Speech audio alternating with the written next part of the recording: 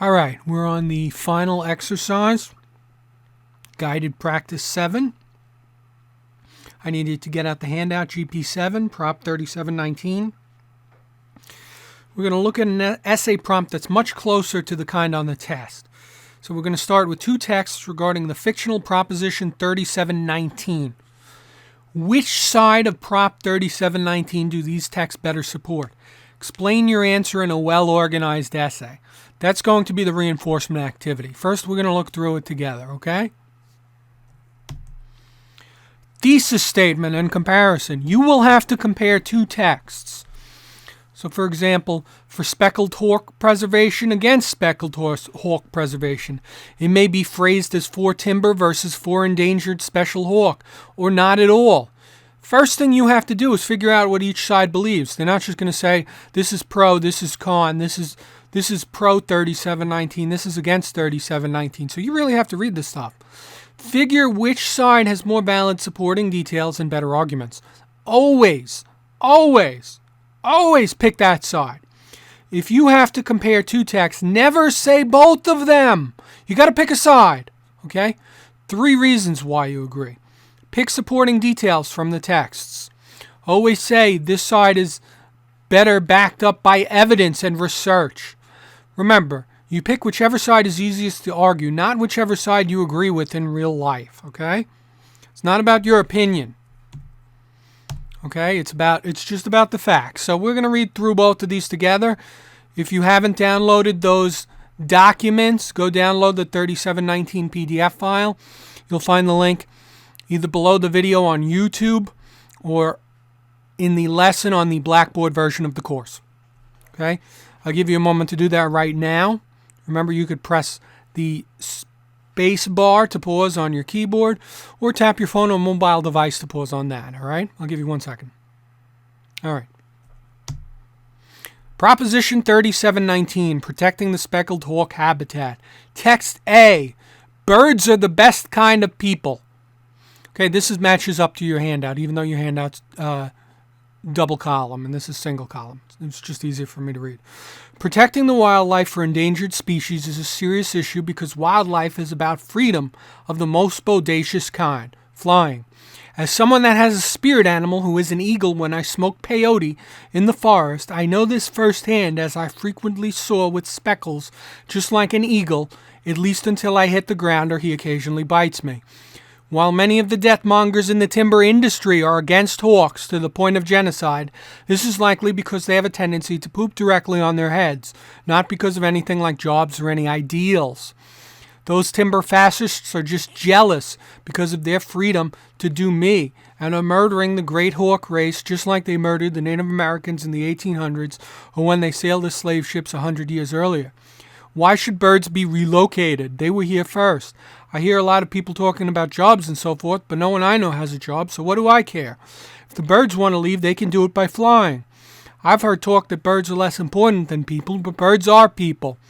They walk on 2 legs, have 2 arms, and speak. That's all a person is, except a person can't fly, and birds don't go around learning karate and fighting people by karate chopping them in the face, like that guy did last week outside the clinic. So birds are better than people. They're peaceful by nature, while men are out learning karate and making nuclear warheads. So I rest my case. Birds are people, but better. There's a sheik who has an apartment for his tigers. Why can't we have that in America? Maybe a downtown apartment for the birds, and me too. Let big timber pay for it. In conclusion, the timber industry must be stopped by any means necessary, and we should kill them all by sabotaging their equipment and firebombing their place of work and any nearby government institutions, schools, malls, and churches. We need a bill like this that gets rid of the timber complex and houses birds where they really want to be, anywhere they feel like. Apartments, trailers, forests, motels. Live your life. Text B, the root of the problem. The timber industry in America is on the verge of leaving due to years of unprofitability, despite being a fixture in the area since the company started in the early 1900s. According to the Department of Labor statistics, this mill would take 1,215 jobs in just the local area with it. Since the military base in the area has already closed, this could prove catastrophic. Even if this were bad for the hawks, people's lives and jobs are more important. Additionally, as one of the only mills in the U.S., timber will have to be imported from other countries, which will also drive up the price of consumer goods like furniture and patio tables. It will also mean many people with wood-burning stoves will not be able to afford fuel and will switch to more environmentally toxic alternatives and could cause an increase in speculadosis. Relocation may also help us as a community in another way. Recently, possibly affected by drug fumes, rogue speckled hawks have flown into the engines of several small aircraft and led to the deaths of 7 pilots. That needs to stop for the sake of both our species. Relocation will help this. Relocation of the speckled hawk may even help them further, since the county newspaper has recently reported an increased incidence of animal abuse among drug users in the area who've taken to congregating in the forest using illicit substances and ranting about spirit animals. This bird relocation will take place in padded container with a zoologist and veterinarian present to monitor the bird's life signs at all times and will move them to an untouched forest full of trees of a variety that are not regularly cut down by loggers, but which they are known to utilize, and fewer planes. Some radical environmentalists have even suggested monkey wrenching to stop the timber industry by any means necessary. This won't stop the timber industry, it will only endanger and destroy American lives, while timber will go abroad to where there are fewer laws than here regulating it. Also, even for an anarchist radical, firebombing schools is insane. They don't even have anything to do with timber, and they're full of children. Also, hawks cannot live indoors in apartments unless they're domesticated. Birds do not live indoors. They will starve and die without being fed and they need to fly. While we recognize the beauty and value of nature and the speckled hawks, as do environmentalists, we feel the need for timber, which is currently experiencing shortages in the Americas. This is due to a recent drought in California, in Canada, and thus is now more important than ever. While we acknowledge hawk defecation on the heads of workmen is an annoyance, that is not why we support relocation of the hawks. We are not killing them either, as our critics allege. It is because the U.S. needs timber. Timber is present in this location, and the economy, environment, and financial well-being of the community and hawks will suffer without it. All right? So we just read about that. Speckled hawks versus loggers. First off, you got to think which side believes which thing. Okay? So text A is some kind of radical environmentalist. Text B is someone from the timber industry. Okay? So you may be a conservationist. I am. However, you must select the best argument. Text A is written by a person who smokes hallucinogenic drugs and thinks hawks are people. While it is possible his argument is better, especially if the article is not about hawks or is about peyote or other hallucinogenic drugs, it is less likely to be the case. So let's review both arguments. Okay, if we go back, we see the argument has, okay, there's some things about the argument of birds are the best kind of people. Okay, birds are people. Well, no, not really. Okay, and the argument in the other one is about jobs. And it states specifically how many jobs, 1,215.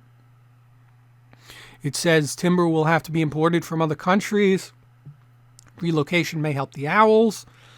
The thing the radical environmentalist suggests, destroying schools, is ridiculous. Environmentally toxic alternatives might result. All sorts of facts in support, okay? In real life, I would check the factual statements made in text B. But for the text, we generally assume they're true unless otherwise stated as false. Several statements in A conflict with the statements in B. I'm not going to go into these in detail, but because you're going to do that in your essay. But one of them is they talk in text A about they're murdering the great hawk race like they murdered Native Americans in the 1800s or slave ships 100 years earlier. Now, this company was started in the early 1900s. So you could see the problem with that statement from text A. It doesn't match up. Okay? So don't introduce facts not in evidence in these articles. If it's not mentioned in the articles, don't bring it in. Okay? You might know something about hawks, but don't bring it in. It's silly, but this is the way the test works. Okay? So you have all sorts of examples. Okay? So for the reinforcement, I want you to think which side makes a more persuasive argument. Based on the reading, select a side. Write a well-ordered 5-paragraph essay supporting it with an introduction and concluding paragraph answering that prompt. Remember to reference the text and to use transition words. Answer in your notebook or on Blackboard. Do it. It's good practice. Use the 5-paragraph essay model tips. Remember hamburger, okay? You remember that visual organizer. Okay, so just to reiterate, we talked about some things. What matters are facts, not your opinions. Okay, like I said, you may be a conservationist, I am, but it's not about your opinion. It's about picking the passage that's best supported by the arguments it makes. Okay, I'm sure you could figure out which one that is. And this, okay, it's text B, but it also has a lot of details backing things up. Text A lot of times makes illogical statements. When he says, birds walk on 2 legs, have 2 arms, and speak. Birds don't have 2 arms. Okay? All right? And some of the other statements he makes don't make a lot of sense. They're non sequiturs. Okay? All right. So that's it for this lesson. Do the reinforcement. Like I said, it's a very important exercise. And that's it for the language arts review. Okay? I'll see you in the next exam review.